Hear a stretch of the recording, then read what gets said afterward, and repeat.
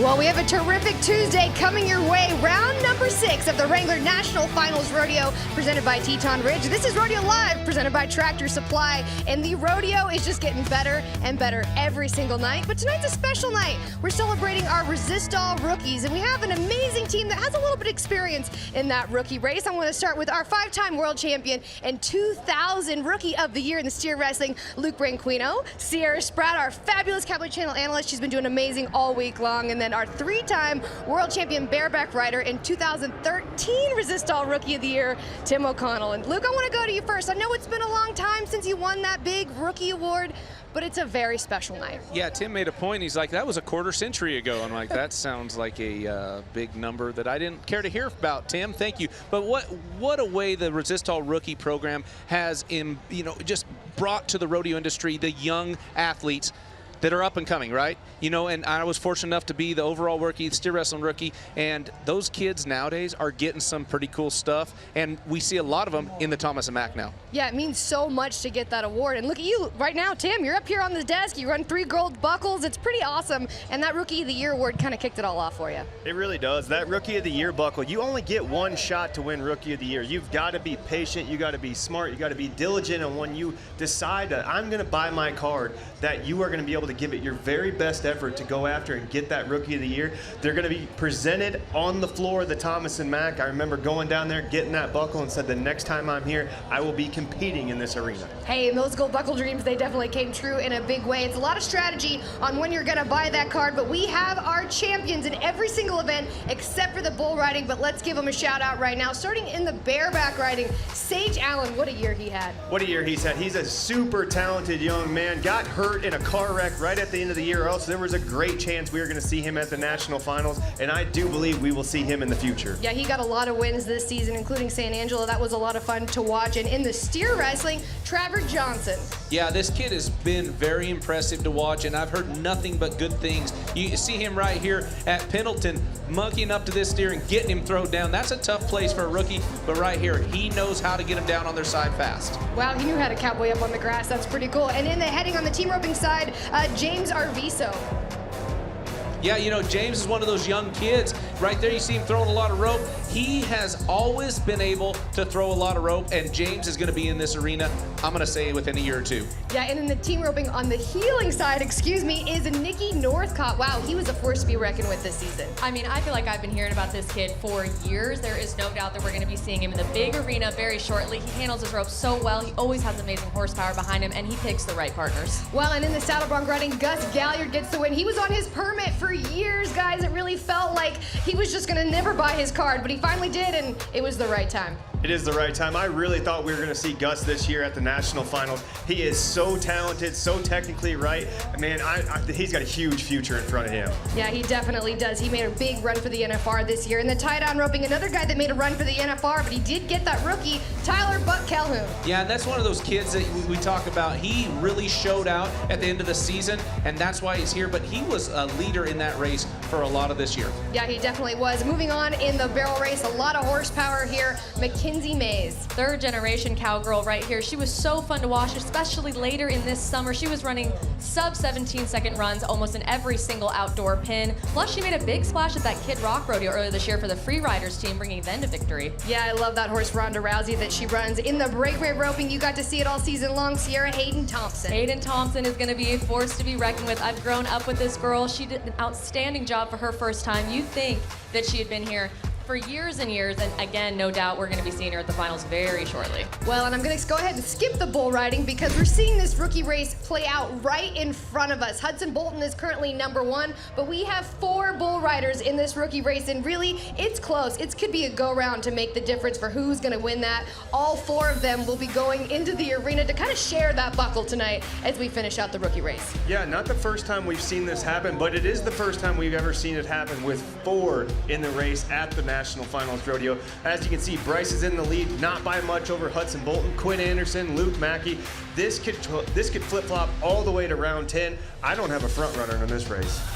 It's impressive to watch these young bull riders too. They going blow for blow to see who gets that rookie buckle. Obviously, they're going to go for that gold as well. But the bull riding has always been fun for these rookies to watch them come compete at the National Finals because you know how it is, Timmy. You're pounding with them bulls. You never know what's going to happen. Now you got 4 of them trying for that buckle. Yeah, and those standings don't even show the aggregate. Hudson Bolton, he's leading the aggregate over the rookie race there. So he's actually going to be joining us on Rodeo Live coming up later on. You're going to get to hear his first-hand perspective. But last night in round 5, it was the TV pin in the saddle bronc riding, and it did not disappoint. Your Tractor Supply winning moment is none other than the Australian Damien Brennan with a huge comeback on a career-changing horse. This is Ed Bishop. This is the horse that he won Houston on a couple years ago that brought him to his first ever NFR. Well, Tim, his old friend, was good to him again. I tell you what, when you knew he was so excited to see Ed Bishop next to his name, and it's rides like this. I mean, Damien Brenneman, he just shows up and shows out his flashy style, the way he breaks over his cantle, the flash in his feet, the full extension, how he handles his rein. 2 round wins in 5 rounds. He's still a force to be reckoned with. Well, and in the TV pin, there were amazing set of horses up. Ed Bishop, I don't know if it would have been my pick for the pin, but that ride was so incredible. But he was also matched up against another horse with Brody Kress and Virgil, and we got to break this down. It's time for AIQ. This is smart technology powered by TWG, AI, and Palantir, where data meets the dirt. Let's break it down, Tim. All right, guys. Damien, this is the ride we just watched. What I want to point out is the AIQ meter right here. We got hard kicks, so I'm pointing on the back. Damien, perfect style laying back, hand on his rein, feet in perfect position throughout this ride. He sets this horse up from the very beginning. And as this ride partakes on, it's the same jump over and over and over again. This was moving poetry in motion. This is what the classic event is supposed to look like. And as he finishes this ride, this is what I want you to see right here. Look at the AIQ meter. As this ride goes on, you're seeing no medium kicks. You're seeing hard kicks only. He is circling around there. That's the force. As a judge, you're looking for those hard kicks. He never misses. He hits hard every single time. He meets him with the spurring, and that was a huge response out of Ed Bishop. Now you got the legend himself, Virgil. Watch how Virgil comes out of the box here. Look at the difference in the leg extension on Virgil on these first 2 jumps. Those are the medium kicks that are coming through. You can't score score those kicks as high. But as he finally gathers, look at the jump after that. His first hard kick comes into play. Virgil has finally met his stride. He's doing things that why we know him as the two-time Bareback Horse of the Year and now the reigning Saddle Bronc Horse of the Year. And then here comes the power of Virgil, the lead change. Look at the extension again. We got 5 hard kicks, and here comes the direction change. That's the degree of difficulty in Virgil. It's not the same motion moving target. It's always changing up. But the difference between the winning ride of the night in Damien and Brody Crest, again, look to the AIQ meter. When you're a judge and you have to dictate what is the best horse in the pin and what's the next best horse in the pin, you have to look at the kick. He had 4 medium kicks, 5 hard kicks, the direction changed. It was a horse score last night that separated these 2 amazing rides. Wow, only half a point between first and second in Damien, Brennan, and Brody Crest, but I love seeing that extension on Virgil. Here are the results from last night. You can see it, only half a point difference. Well, then you had Dawson Hay, another half point. We had quarter points in there, Tim. I love that AIQ because it really does show where that tiny difference comes from. Yeah, to the fans, to the people at home, and you're sitting there, you're watching, how do you differentiate what is the best ride and what is the 6th best ride? We're seeing quarter points involved in here now that's helping these judges break it up a little bit. And you're seeing with this AIQ what the judges are judging on. What are we going for? What is their criteria? This is the stuff that we get to see, and this is how you make the spread in the go-rounds. Well, speaking of things the judges are looking for, a big and very important one, especially last night for Ryder Wright, is that mark out. And he was in that world title race. It was in his wheelhouse. They reviewed a mark out earlier in the week. He was good to go. Last night, not the case. No, and that's a heartbreaker for Ryder Wright. He showed up here and has put on a clinic and showing why he's the defending world champ. You can see right here, as this horse hits, his foot's low, and he gets to spurring right away. If there's a chink in the Wright's armor as they go to spurring right off the go, they try to pick that timing, and by the second jump, they're on full extension.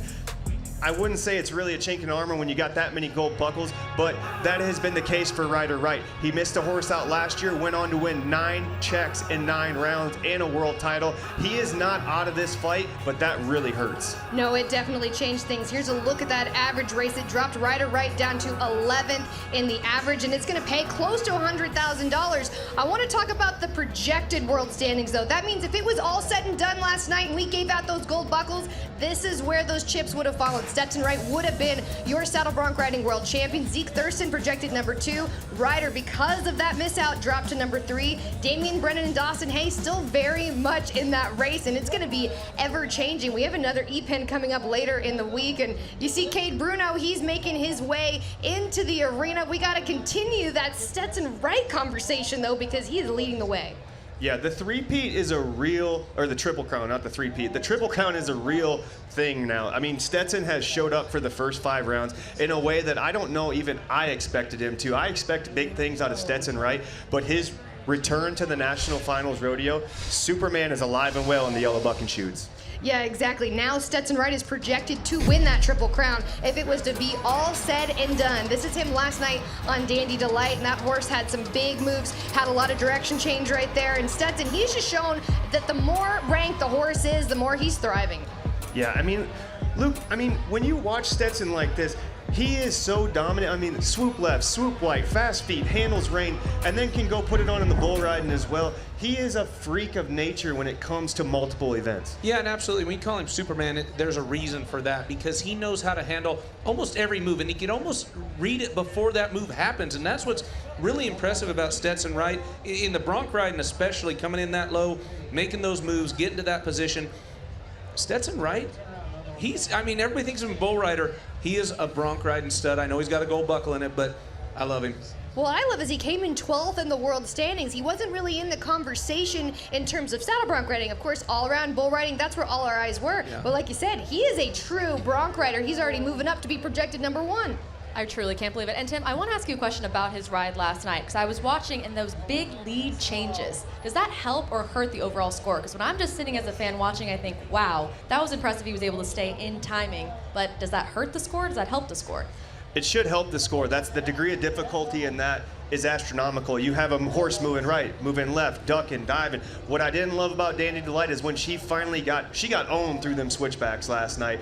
in a way that she doesn't normally get on. Only the best in the world can handle those swoops. You could see when she came out of it, she kind of gave it up, and Stetson had to put it all over at the very end. That's what separated him from winning the round. Yeah, she definitely had some tricks we're not always used to seeing out of the TV pin. But when we come back, we're going to talk bull riding, and you're going to get to hear from a longtime voice of the bull riding and maybe one of the best to ever do it. That's 8X champion Donnie Gay when we come back. Rodeo Live is brought to you by Tractor Supply. For life out here.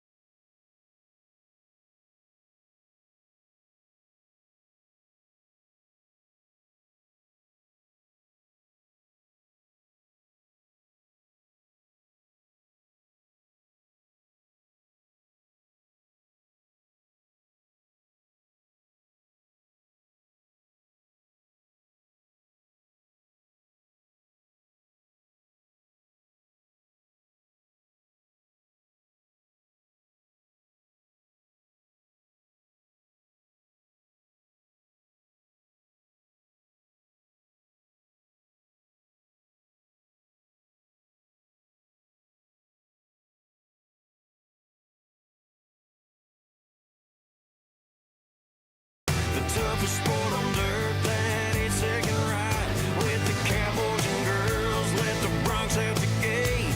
Y'all better hang on. Just gold buckles and steak. Hit your feet, hit the lights, saddle up, 'cause it's finally time for Rodeo Live.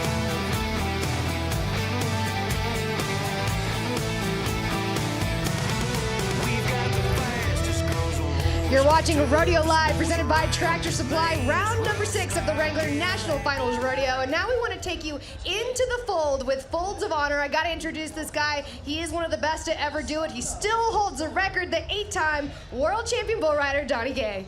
Well, thank you very much, Janie. I'm glad to be here. Well, Donnie, I Really know, glad to be here. Yeah, that's so. And it's not going to be hard to get you to talk because you've also been a long-time voice of the bull riding here at NFR. How exciting of a year has it been? You know, I have lived a blessed life. I mean, to be able to ride and rodeo and be my own boss and do what I wanted to do when I wanted to do it, and go from bull riding to bull, throwing the bull. I got pretty good at that, and so, I'm just hanging in there, and I'm loving every minute of it. Donnie, it's been so fun working with you over the years. It's been so fun I love working you, with man. you over the years, Donnie. But I've learned so much from you, just how to speak to people, talk through the microphone, and really give the fans a visual of what we know and help them understand our event. And you've been so good at that. And I appreciate what you do for the sport and how much you've helped me. Well, I appreciate the compliments, from all of y'all. My hat's getting a little tight, but it's just fun.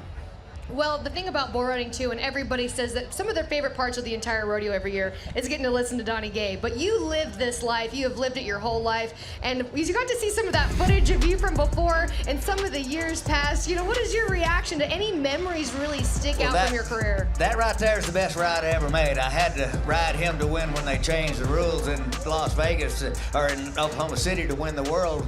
and I was 95 on red 1, and that had to happen that night. Now, I've been sitting here all week long analyzing amazing rides for 90, 90 and a half, but I want to go back to that 1977 monster ride, 97 points on Oscar. You already know what I'm talking about. You still remember it like it's yesterday? Cow Palace, yeah, you know, I could hear Bob Tallman while I was riding. Well, Donnie, you know, I'm a 3-time world champion. Luke's a 5-time world champion. And when you add ours together, you have a tying record of 8.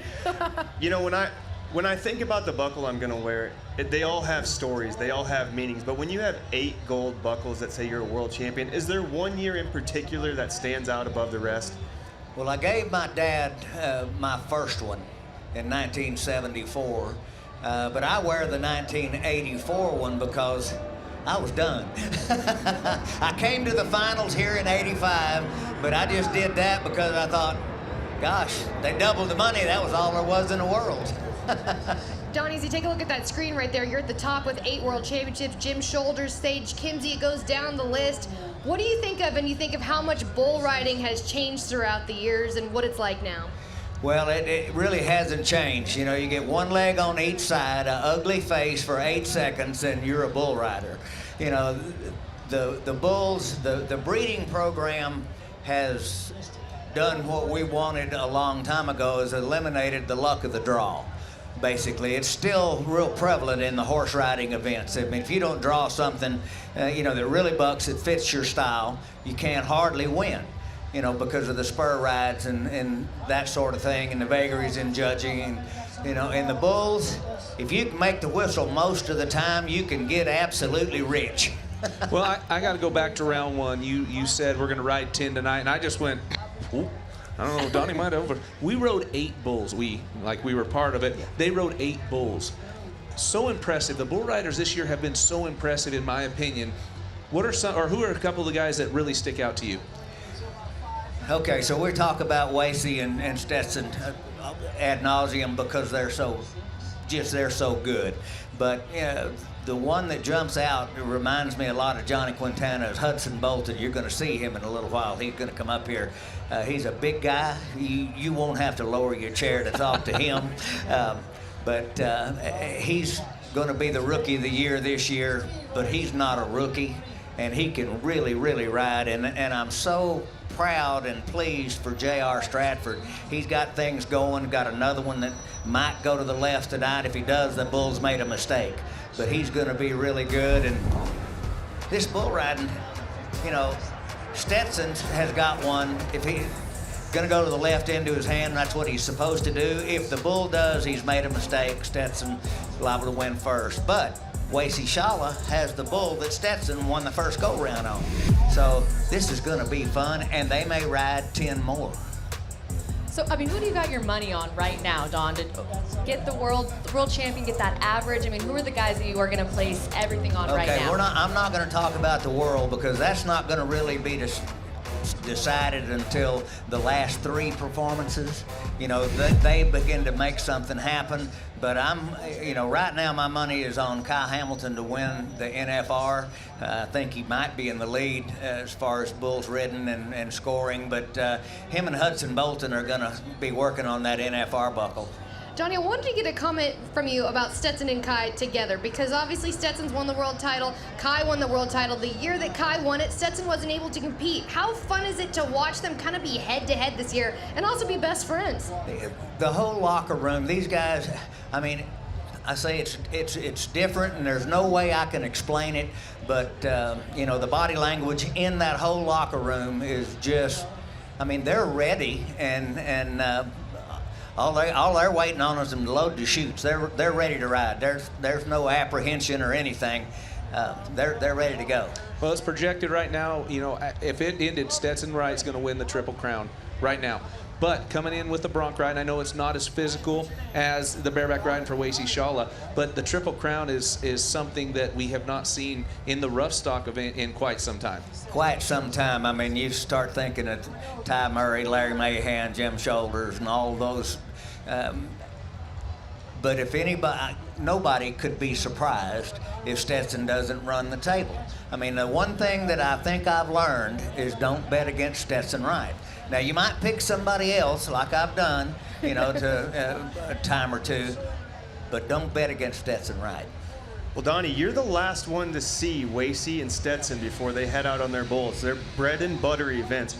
When it comes to this all-around race, after 5 rounds, have you seen any wear and tear on either one of those as they step out to the bull riding? Physically, they're 101%. I mean, and that's surprising for Wasey in the bareback riding, because even when it's good, that event's bad as far as I'm concerned. I just don't, I mean, they just take a pounding every single horse they get on. But they're in great shape, and it should have let everybody know that nerves are not playing a part in this. World Championship buckles aren't playing a part in it. These guys are ready to compete. Whenever you saw Wasey run all the way back to the bull rider locker room, got something out of his bag when they broke his rigging, his guys helping him get the rigging on and then win the round, that's too cool. This whole thing is too cool. Donnie, the energy and insight that you bring to the bull riding every night is unparalleled, so thank you so much for being here. Thank you. I just love it. We got to get Donnie Gay into the arena to call the bull riding tonight for round number 6, but we're keeping that bull riding conversation right here. Resistol Rookie Night. This is the rookie right here. Hudson Bolton will join the Rodeo Live desk.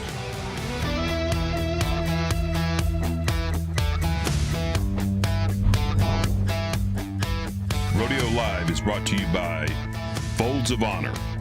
Honor, educate, unite.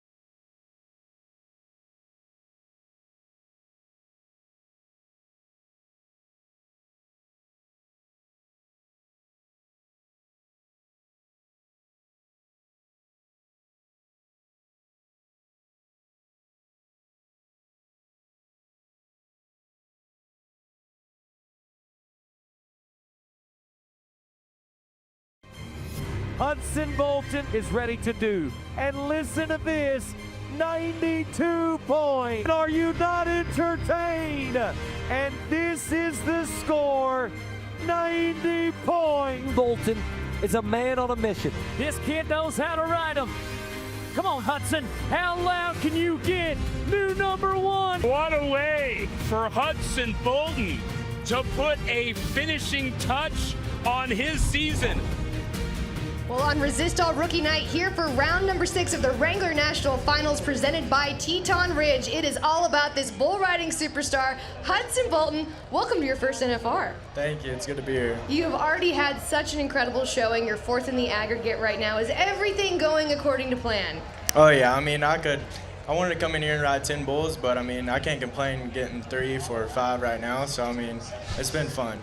Well, you're also trying to be that Resistol rookie at the end of all this. You're chasing history this year. Tell us about that. Oh yeah, I mean, I got one rookie of the title down already, and I'm chasing this one right now. I mean, I'm just super excited. I got a good group to go against, and they're just pushing me to be better, honestly. Yeah, but not just one rookie, PBR Rookie of the Year. I talked to your coach from the New York Mavericks, Cody Lostro, said you're an amazing kid, amazing teammate, but to be able to get that PBR Rookie of the Year on your belt buckle and now going after this rookie here at the PRCA. But it's a knife fight. You got some guys right there with you.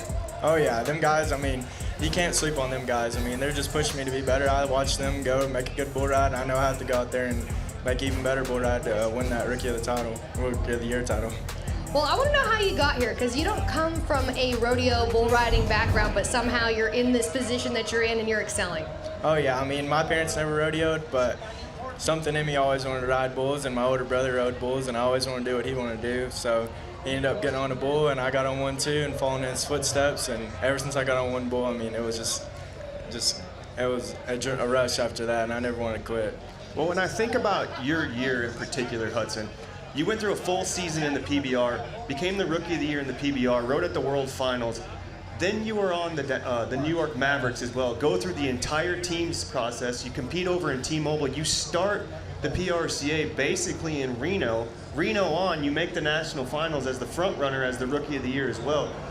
Out of going to all these different events, being at these World Finals, how does the Thomas and Mack rank in there? Oh, there's no feeling like this place. I mean, I don't even know how to describe it, but there's something about this place. I mean, this is one rodeo I've always grown up watching, and some of my favorite bull riders ever have been riding here. So just to even be in the same building they have rode at, it's just a blessing to be here, you know.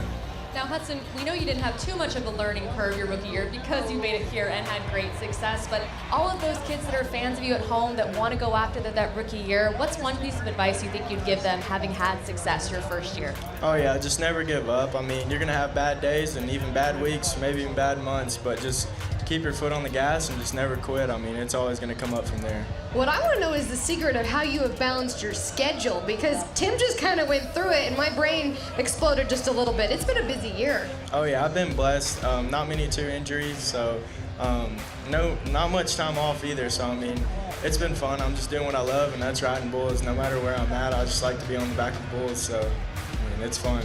Yeah, and we've seen guys try to go both ways between the PBR teams and now the PRCA, and you have had so much success doing that. It's been a fun journey for, I think, all of us and all the bull rider fans to watch. But a little bit of coaching from, I want to talk about Cody Lostro, world champ. Tell us about how he's meant to you and what he's meant to you. Oh yeah, he's been a super good guy to me. He's gave me so much advice. I mean, he's a world champ, so he knows what it takes, and anytime I need help, I know I have him to call on, so he's giving me all the advice I need. So. Now, Hudson, you are currently projected to end on top for that rookie standings, but does that change your mindset at all going into the second half of the Thomas and Mack? Not really. I mean, at the end of the day, it's riding your bulls, and I just got to keep riding how I want to, and it'll all shake out. Okay, I want you to take us into that locker room, though, because as you take a look at the world standings, the 3 other rookie guys that you're also competing against, what is the rapport like between all the bull riders, especially this rookie group?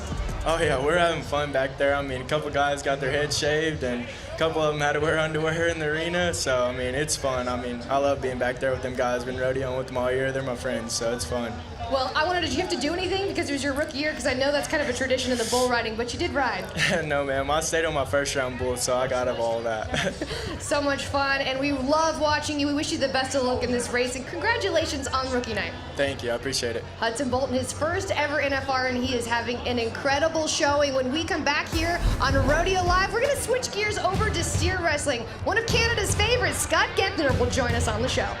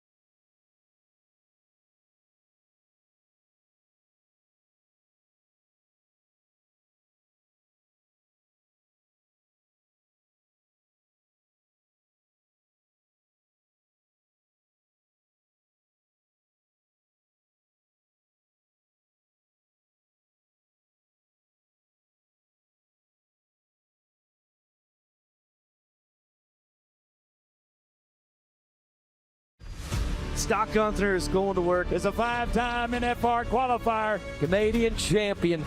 Gets him caught, swing him, pull him, slam him. Doesn't say much, but he lets his steer wrestling do the talking. Scott, he will win the round, and now he's moving on. Scott Guenthner was probably the best finish I've ever seen him have right there. You got to like his rodeo schedule. Take the first 6 months off, win the Calgary Stampede, rodeo hard in August and September, and go to the NFR. For round number 6 here on Rodeo Live, we want to take you to a flashback to the summertime run. Calgary Stampede, none other than Scott Guenthner gets the win, and Scott, somehow you are back here at the NFR. Yeah, the retirement career is definitely not being retired in the last couple of years. Thanks to the Calgary County for the PRC, it's very handy to have a count. Yeah, very handy. It just so happens to be your rodeo that you've won many times, and now you're here and you got the round win last night. I don't know how much sleep you got celebrating with the whole family, but how exciting of a night was that? Oh, it was real exciting after the night before when I missed my steer. To come back and win the round definitely was a pick-me-up. The little boys all were excited. They want to go to Party Bus. Rich said, do we get to go to Party Bus with Rocker now? I said, no, he'll be on a different bus. We'll be on our own bus. Well, that takes us into the Wrangler Winner's Circle with a 3.4 seconds and a Party Bus for Scott Guenthner. You know, Scott retired. Obviously not. We show up to Calgary Stampede, Janie, and every year I say, Scott, if you do good here, are you coming out of retirement? No, I'm not going out of retirement. And here we are, 2nd year in a row. He said it again last night, Luke. I heard it right before the interview. He's like, no, I really am done this year, so. Well, I feel like as long as the Calgary Stampede lets Scott come back, he is never fully retired. Maybe, yeah. After next year, at the end of 2026, I will be done rodeoing, yes. But you also have the Maple Leaf circuit, so you get to go down to the NFR Open. The NFR Open. Yeah. So So I go there and I go to Calgary already. Yeah. So here we go. He's not retired, guy. I don't care what he says. I can't wait to see you again next year, Scott. It's been a lot of fun. I'd be back here if I was allowed. I can't wait to watch the Canadian finals again because we got to talk about how you absolutely dominated and won all 5 rounds. That had been an amazing moment in your career. Oh, totally. Of course, you don't go into finals, wanting to win every round or think you're going to win every round. About round 2, my wife and I were joking. She's like, "Do you think you could win all 5?" And I'm like, "Becky, no, not a chance in heck. There's some top guys here." And then, it worked out that I got done and got to beat my dad's record. He had 3 go-rounds in a row, and he's held it since 1981. And he might have had some dirty words for me when I was done winning, but that's okay. Well, you keep saying, we're on the retirement tour, and obviously the retirement tour keeps bringing you back to the finals. Do you think it's because it's the freedom that you don't have any pressure to want to or really have to make the national finals or the Canadian finals? Is that why your bulldogging has just plummeted you right back to the national finals again? There's just no pressure. Yeah, I do think there's a lot less pressure. I'm kind of like, if I do well at Calgary, great, I'll get a chance to come here. If not, it is what it is. I did want to stay home a lot more with my kids and my family and be on the ranch, and I've got to do that being Canada and then getting to go to Calgary and winning that qualifying, coming back to be able to qualify for the NFR definitely is a little relief, and I get a little more a break, I guess, from rodeo. The miles is what kills me. I don't love driving a truck now. Becky be like, drive here, and I'm like, no, you drive there. I'm gonna stay home with the kids. Well, if this is your last here in Las Vegas, you've got your wife, you got your beautiful boys here with you, all 3 of them. Why is it such a special year? Are you taking it all in a big, different way? Oh, it's awesome to have your family here. I always thought I'd just rodeo and then be done before my kids are old enough to remember, and now having my kids here and they get to see this, and all my rest of my family's here. My sister showed up last night. I can't wait to watch Luke's face when that happens.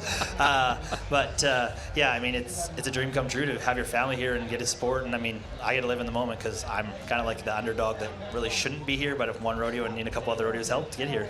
Well, I will not be saying he needs to pull the nose out since his sister's here. She did grab me by the collar and pick me up off the ground one time because she was mad at me for telling him to bulldog that way. But let's talk about, people back home that has helped you. BJ's been so influential in your success, really, these last few years. Oh, yeah. I kind of have a road of great bulldoggers. BJ Ziffley's there, Leon Lay, Blaine Peterson's right there by me, my dad, Wes Ziffley, Darren Ziffley, Mark Lay just lives down the road too. So, I kind of live in a bulldogger area that's won a lot of championships in Canada, and so having that, it's really supportive, and it's great to have. If I'm having troubles, it seems like one of them at a practice will be like, oh, I think you're just doing this, try this differently, and it might be the fixture.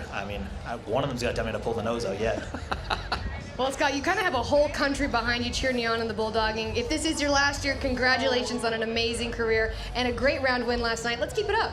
Thank you. Scott Guenthner, you're definitely going to want to cheer him on in the steer wrestling, and a lot of people out there have him on your pro fantasy rodeo team. I know I picked him many times for my daily team, but here are the standings for pro fantasy rodeo, and it's going to be changing a lot. We're past the halfway mark, though. Tonight is round number 6. This is going to keep changing. There's so many big prizes to be won, including the truck, the trailer, but the daily fantasy game, if you miss the big game, is just as much fun. We're playing it here on Rodeo Live, 10,000 payout each round. Go to profantasyrodeo.com to join all the fun. I know we're having a great time here, but we're going to switch to bareback riding. It's Rockstar time. Rocker Steiner gets another round win, and the barrel race for Gina George, that Palomino mare, she is the story on Rodeo Live. Rodeo Live is brought to you by Wrangler. Long live Cowboys.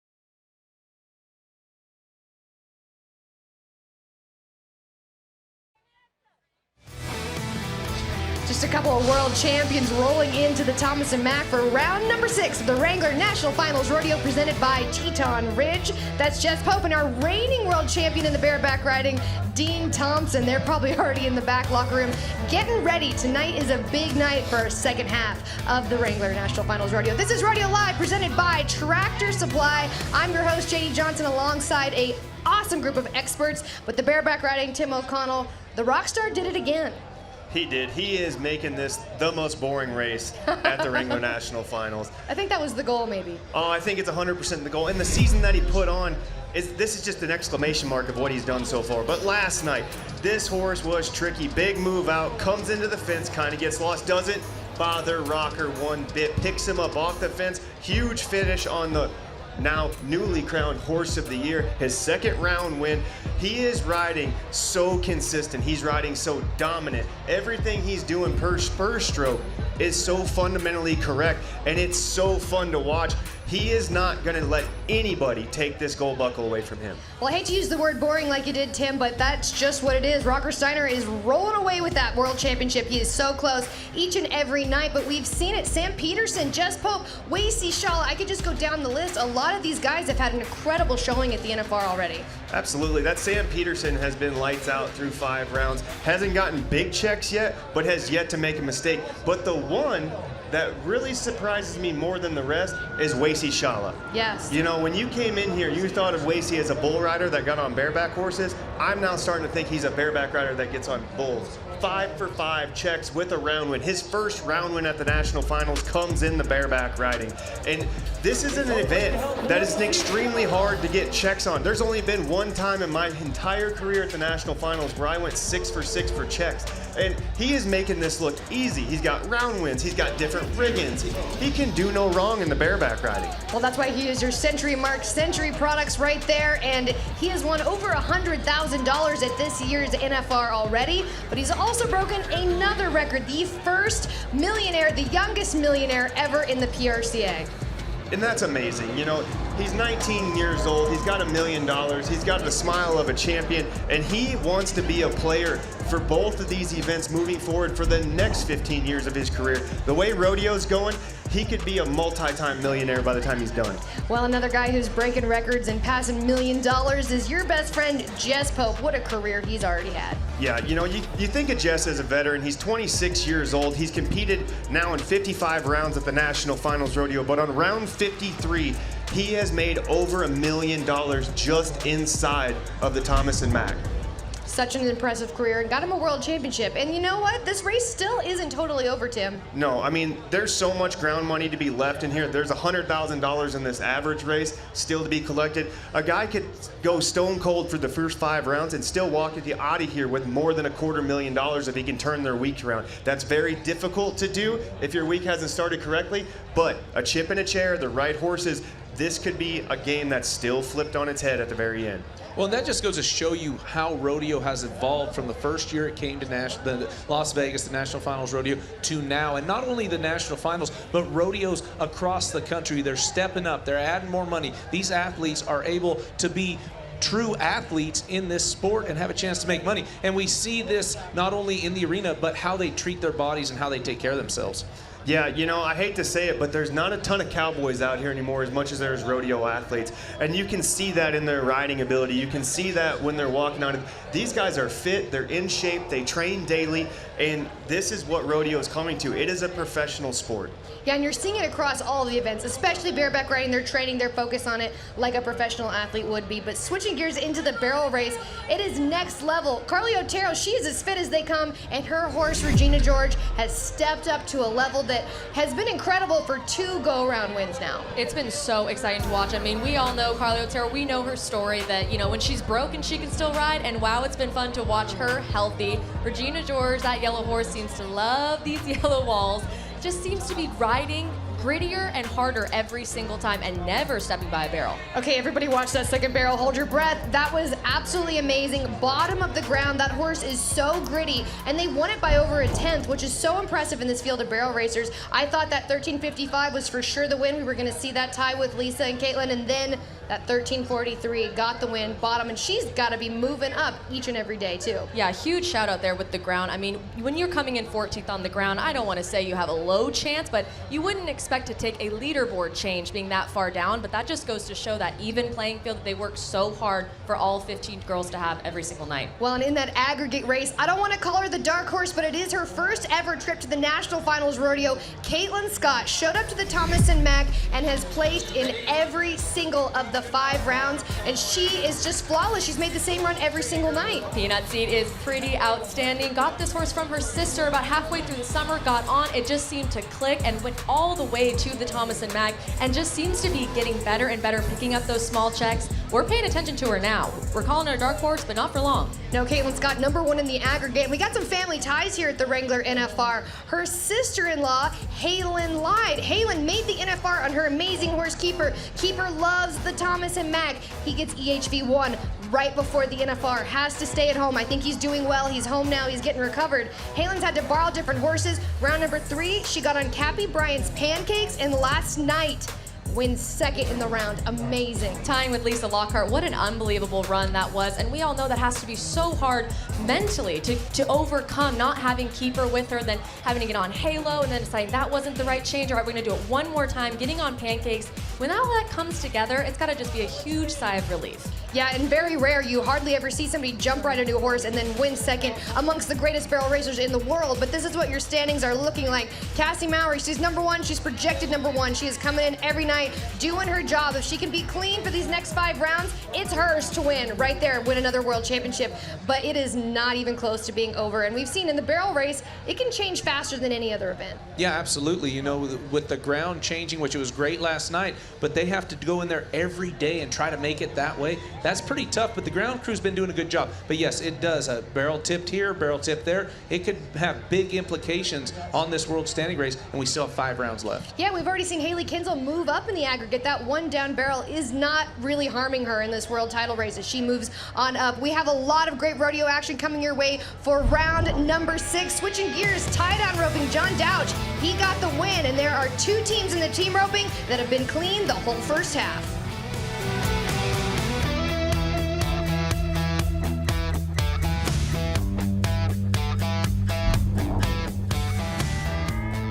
Rodeo Live is brought to you by Century Products, official stock tank of PRCA and WNFR.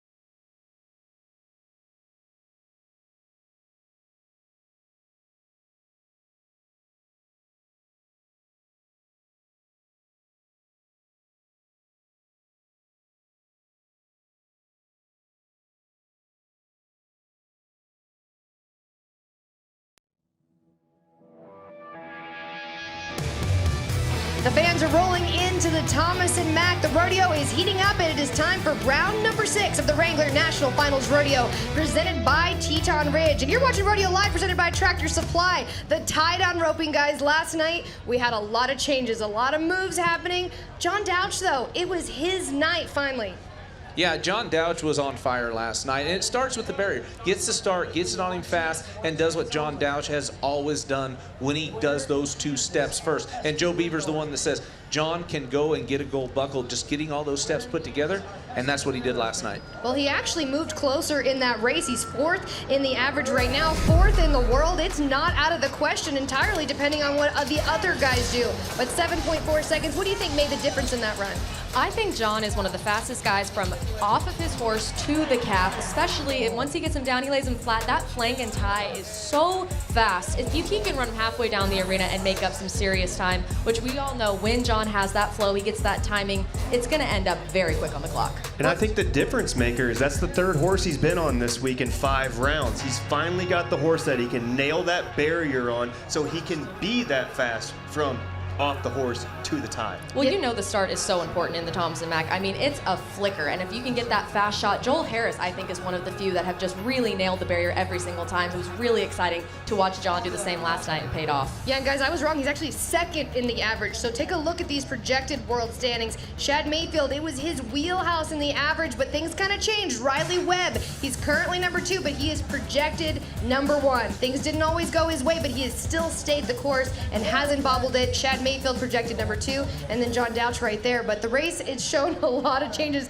I think the tie-down roping may be the most exciting event happening at this year's NFR. Yeah, for sure. And right now, the ball's in Riley Webb's court. He just goes and does what Riley Webb has done the last 2 years here, and he's going to get that gold buckle. Shad Mayfield, he is going to work himself back up in the average, but he can't make a mistake. And you see Riley right here just going and making a businessman run. So smart with his rope, way he handles his slack, gets down there. This calf strains on him and kicks on him last night, but he slowed down and made sure that calf stayed on the ground for 8.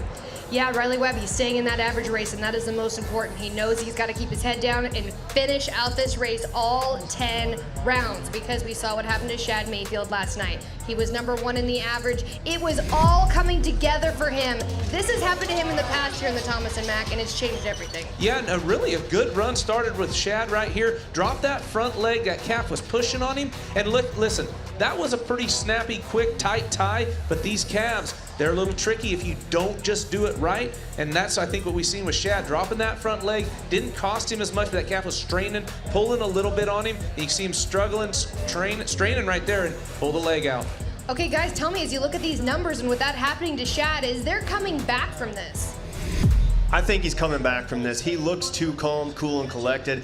You know, that was such a clean, fast run. Like you said, he likes roping in front of Riley. What I seen last night, which was very interesting from the stands, how tight, after Riley watched what happened with Shad, how tight he tied that calf up to be 11-4, to get that another calf down, to make sure he keeps propelling himself in this average race, to get back up in the average race as well. I don't think this is Shad. He's got one up. He looks smooth. He looks clean. I think he's going to keep firing at every single one of these go after the go rounds, and hopefully somebody makes some more mulligans, gets him back on a low average check.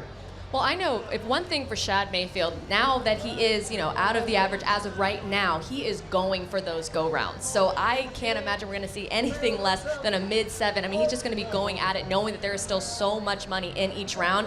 He can make it up. Yeah, and Sierra, that was his plan from the beginning. He says he was going for go rounds. He's not trying to play it safe, so maybe we get a read a record out of Shad Mayfield before this whole thing's said and done. Switching gears over to the team roping, there are only 2 teams that have had clean, perfect runs the first 5 rounds. We've talked about Andrew Ward and Jake Longo. We have not talked about Clint Summers and Jade Corkill. Well, actually, we're going to talk about Colton Schmidt and Jonathan Torres, because they won last night, 3.7 seconds. We'll go through that aggregate here in just a little bit. Really nice run from them. They're having a great NFR. They are, and the thing is that steer stepped off the ride a little bit. They did a good job getting on him. Another great run from Jay Corkill and Clint Summers. And look where that horse faced. He wasn't bound up in the corner. That's because Jade made his shot. The first shot he had the opportunity to take, he took it. Right there, boom, 2 feet.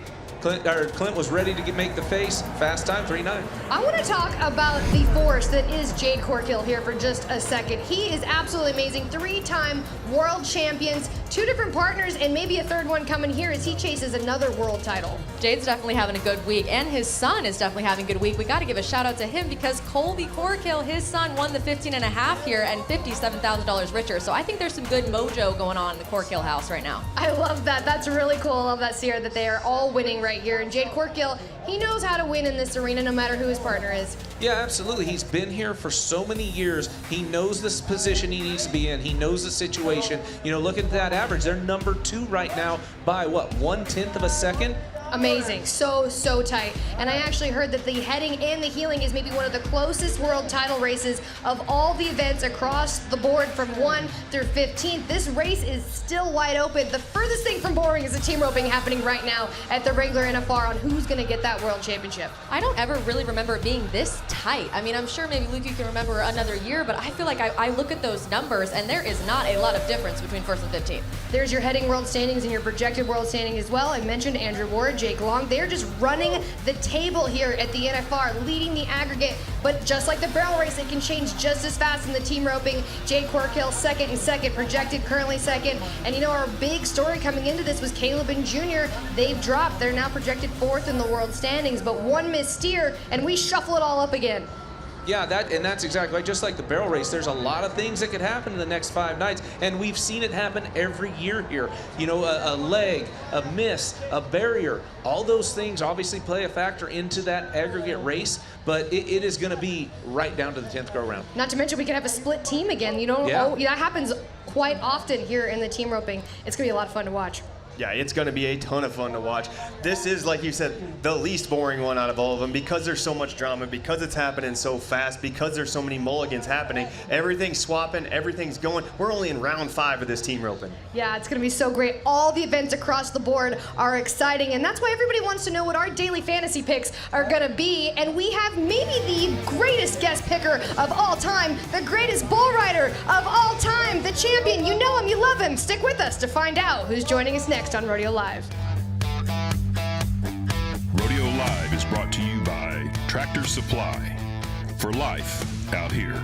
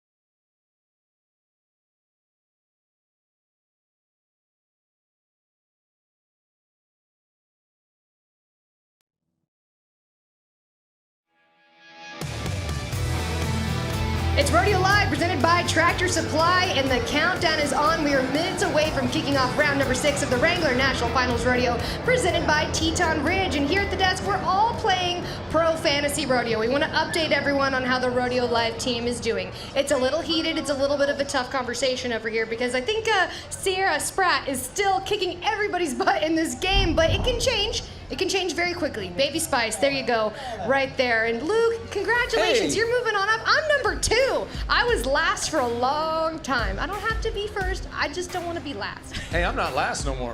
Yeah, that's right. Poor Jordan Joe, she's not even here to defend herself. But who needs Pro Fantasy Champions? Who needs a World Championship race when we already have the absolute best there is, ever will be? Joining us here on Rodeo Live, you know him, you love him, the man himself, Mr. Dale Brisby. Dale, maybe the busiest champion here at Wrangler National Finals Rodeo. So thank you for taking some time for us. Look at that belt buckle right there. Right there, says it all. This He's year, so humble. He's a humble this winner. Year. Yep. Champion this year, every year. My buckle is so much bigger than yours, Luke's. It's got to be so uncomfortable. So uncomfortable. I don't even know how you ride a horse that way. I don't have a belly like you. Oh, thank you. That's how I spun them back. Oh, is that how it was? That's exactly, yes, sir. That's how it went, yeah. Dale, how busy are you right now during Las Vegas? Because I'm pretty sure that there is still a line to meet you going all the way to the convention center here from the Thomas & Mack. No, it's been busy. It's been great. I love coming to Vegas, Brisbane City, as I call it. I've been doing podcasts in the morning at the Airbnb, and then go to Cowboy Christmas every day. Come over to the Perf a couple times. Pretty busy, but not too busy for rodeo. Well, I mean, you are the world's greatest bull rider, and I mean, you win the gold every single year. Las Vegas puts all this money up, and you decide to turn out again?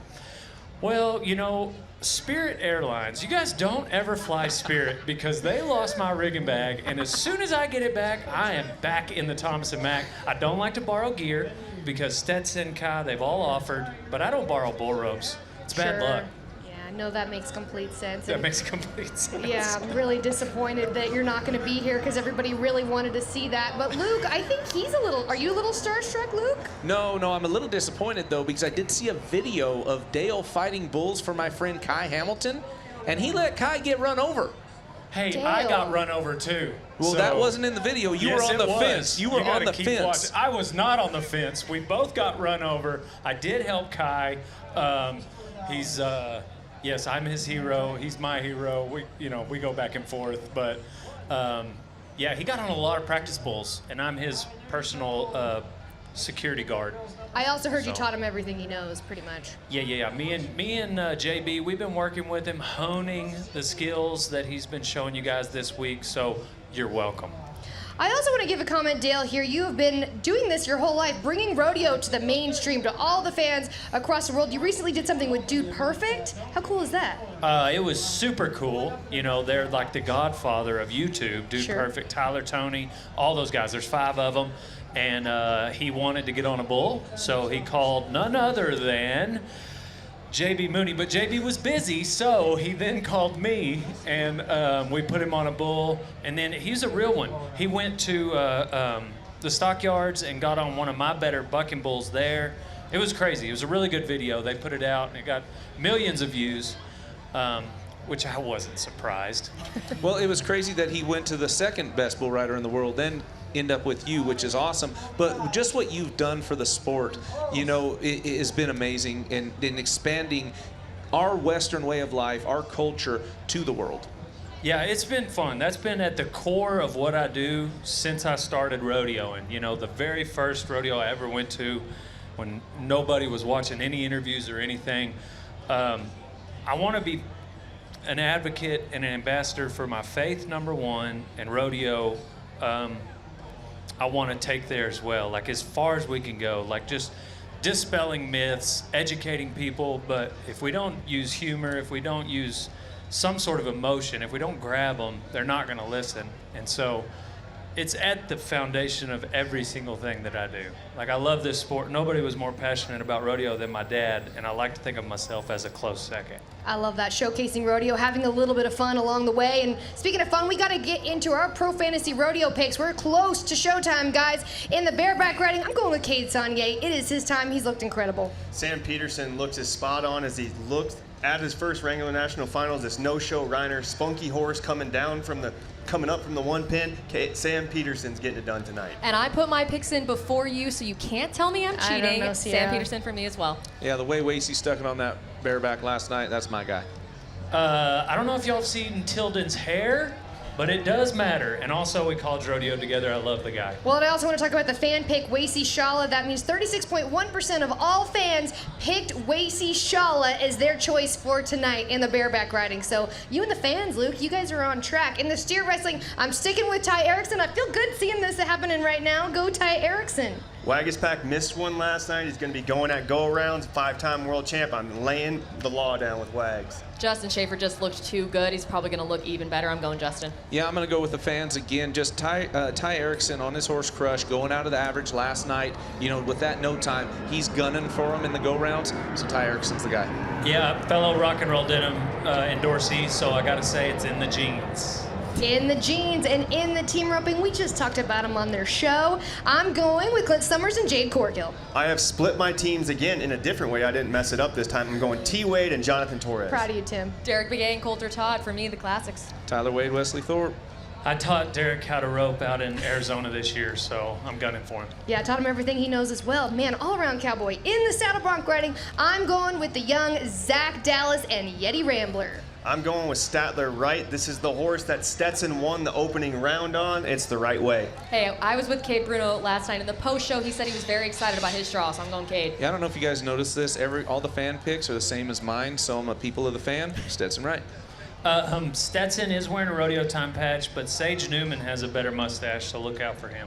All right, well, you hear it. Luke is just a man of the people. In the title roping, I'm going with Marty Yates, okay? He split a round win. He wants the thing to himself. So, wow, look at that. Okay, going on. Haven Medjit is coming at this average. He's coming for another world title. Look at the dark horse coming through in the next 5 rounds. No way, Shad Money Mayfield. He's going for the round. Man of the people. He's very hungry. Shad is. Oh, and in the barrel race, number 1 in the aggregate, she needs that first round win, Caitlin Scott. Carly Otero has looked spot on through 5 rounds, 2 round wins, 3rd one tonight. I think Lisa Lockhart is just getting warmed up. She's going for it. The bad thing is all the people are picking the same ones I picked, so it's going to be a split win. But I'm still my girl Haley and Sissa. My favorite ex-girlfriend, Haley Kinzel.